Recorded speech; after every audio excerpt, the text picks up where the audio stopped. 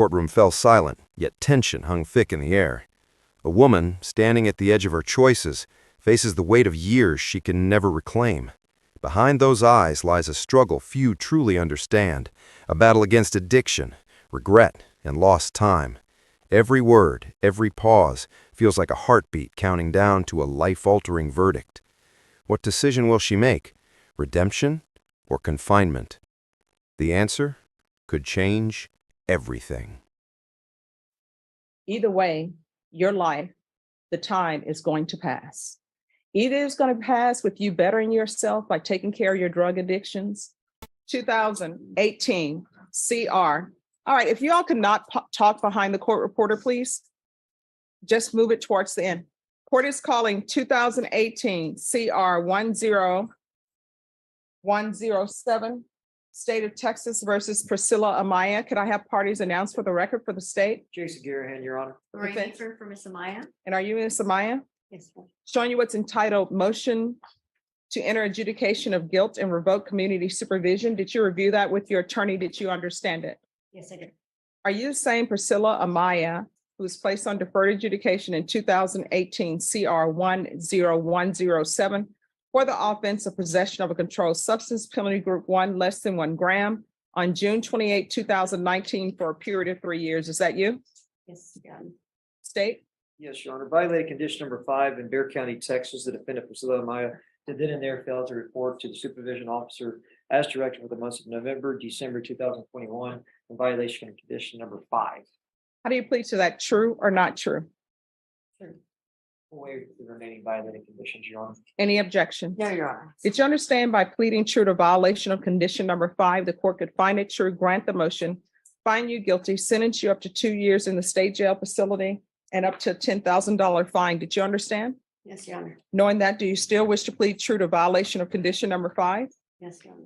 Court will find violation of condition number 5 true. Is there an agreement? Yes, there is, Your Honor. Yes. Yes, for adjudicate guilt, revoke the provision, and sentence the individual to 11 months in the state jail facility. No objection, Judge. That's our agreement. All right, Ms. Amaya, are you asking the court to follow that agreement?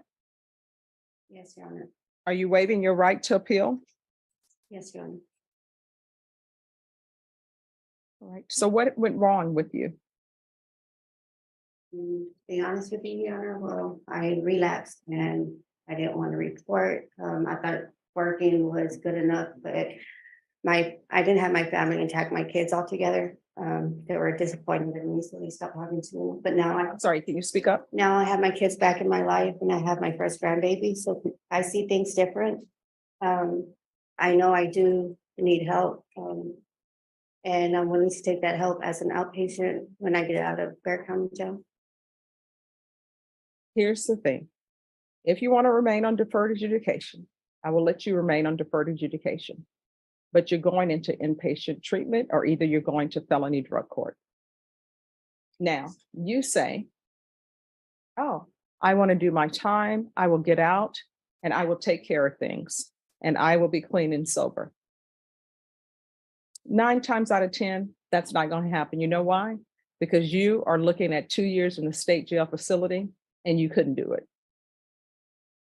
And you are a person who should not be around your grandchildren or your children because you don't have control of your addictions. You're using opiates. You need help.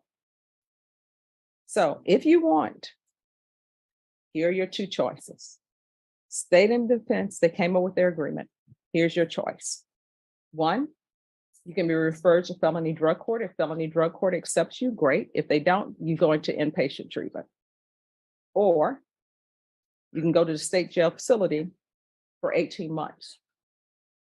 As the judge's gaze sharpens, secrets long buried begin to surface. Each recollection of past mistakes echoes louder in the courtroom. Could a single choice tip the scales between freedom and incarceration? The stakes rise as she weighs her past against a future she can barely imagine. Somewhere between fear and hope, the truth waits, and the consequences are relentless. Either way, your life, the time is going to pass. Either it's going to pass with you bettering yourself by taking care of your drug addictions, or either it's going to pass with you marking days off the calendar, just doing your time at the state jail facility. So, which do you prefer? 18 months at the state jail facility, or perhaps getting treatment for your drug addiction, being the type of grandmother that your grandchildren can be proud of and that your children can be proud of? It's completely up to you. Yes. May we have a minute, Your Honor? Yes. Maya, are you still discussing?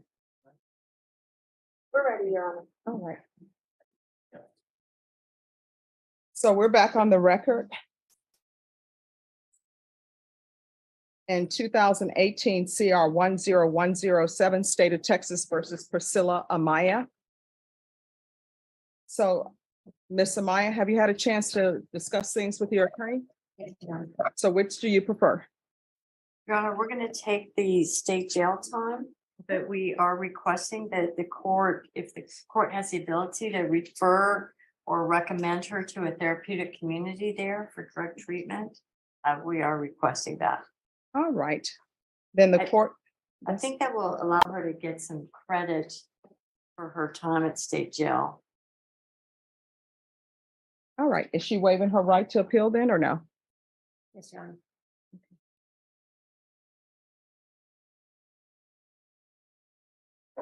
All right.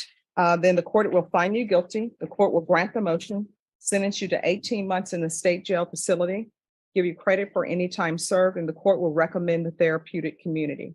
Therapeutic community will not increase the amount of time that you're in custody, but I do not have the authority to have them place you in there. The only thing I can do is request and recommend it, but you're also going to have to ask for it. You understand? Yes, sir. All right, I'm showing you what's entitled Trial Court Certification of Defendant's Rights to Appeal. Did you review that with your attorney? Did you understand it? Yes, Your Honor. Because this is a plea bargaining agreement, because I followed your plea bargaining agreement, Well, not Well, actually. she's waived her right to appeal. Okay, that's right. Yes. You're right. Thank you. And you've waived your right to appeal. You do not have the court's permission to appeal. Do you understand? Yes, Your Honor. And because this is a felony conviction, you're not allowed to own or possess any weapons or ammunition. If you have a question over what a weapon or ammunition is, you'll need to speak to an attorney. Do you understand? Yes, Your Honor. All right, we can go off the record. How old are you? I'm 40. All right, you're 40. You still have a lot of your life in front of you, and you need to make a decision. And I know staying clean and sober is hard. And this is from somebody who's never done drugs, but I understand it's hard based upon my experience in different treatment courts and based upon the fact that I'm having a struggle giving up ice cream. And ice cream is not even as addicting as the drugs that you're taking. But if you don't stop, one or two things are going to happen. Either you're going to continue going in and out of the prison, or either you may end up with a bad batch and you may end up overdosing. And I don't think you want your children or your grandchildren to read about you in the news where it's bodies found on whatever street it is, and then they finally identify it and it's you. You understand? But you're going to have to work for it. And when you get out, there are plenty of places that have free treatment for you. Okay. Yes, Your Honor. All right. Good luck to you. Thank you. You're welcome. Thank you, Judge. Thank you. In the tense atmosphere of a Bexar County courtroom, Priscilla Amaya faced a turning point that could define the rest of her life. Charged initially in 2018 for possession of a controlled substance, she had been granted deferred adjudication, a chance at redemption, a chance to prove she could overcome her struggles. But years later, the court now confronted her with a violation. She had failed to report to her supervision officer for months in 2021, a breach that could no longer be overlooked. The legal proceedings opened calmly, but quickly revealed the weight of past decisions. Standing before the judge, Priscilla pled true to the violation of condition number 5, fully aware that doing so meant the court could adjudicate her guilt and sentence her up to 2 years in the state jail facility. The moment was heavy. Every word she spoke carried the gravity of choices made and opportunities squandered. Her attorney had negotiated an agreement, 11 months in the state jail facility, along with the acknowledgement of her past violations. No objections were raised. The courtroom was ready to move forward. But this was far from a simple legal process. As the judge probed into her personal life, the story unfolded with emotional intensity. Priscilla admitted to relapsing. She had been struggling with addiction, attempting to convince herself that her work and efforts at maintaining some semblance of normalcy would suffice. Yet the truth was stark. Her family, her children, had been deeply affected. They had distanced themselves in disappointment, the bonds strained by her choices. The loss was personal and profound. Her children's lives had been disrupted, and her role as a mother and grandmother had been jeopardized. But she also spoke of hope, of a renewed sense of purpose now that her children were back in her life and she had become a grandmother. The court could sense her sincerity. The struggle for redemption was real, and she was willing to accept help, openly acknowledging her need for treatment. The judge's voice carried a firm, almost cinematic weight as she laid out the options before Priscilla. Deferred adjudication was still possible, but only under strict conditions: inpatient treatment or referral to felony drug court, a chance to confront her addiction directly. The alternative was stark: 18 months in the state jail facility. The judge's words were not just legal instructions. They were a mirror reflecting the possible futures Priscilla could claim: a future of recovery and family, or one of confinement and continued struggle. Time, the judge reminded her, would pass regardless. The choice lay in whether she would allow it to pass meaningfully or waste it behind bars, counting days instead of rebuilding her life.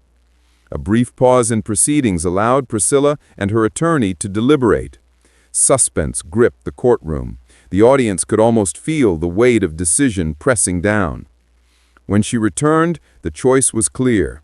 She opted for state jail time, but requested that the court recommend her to a therapeutic community for drug treatment.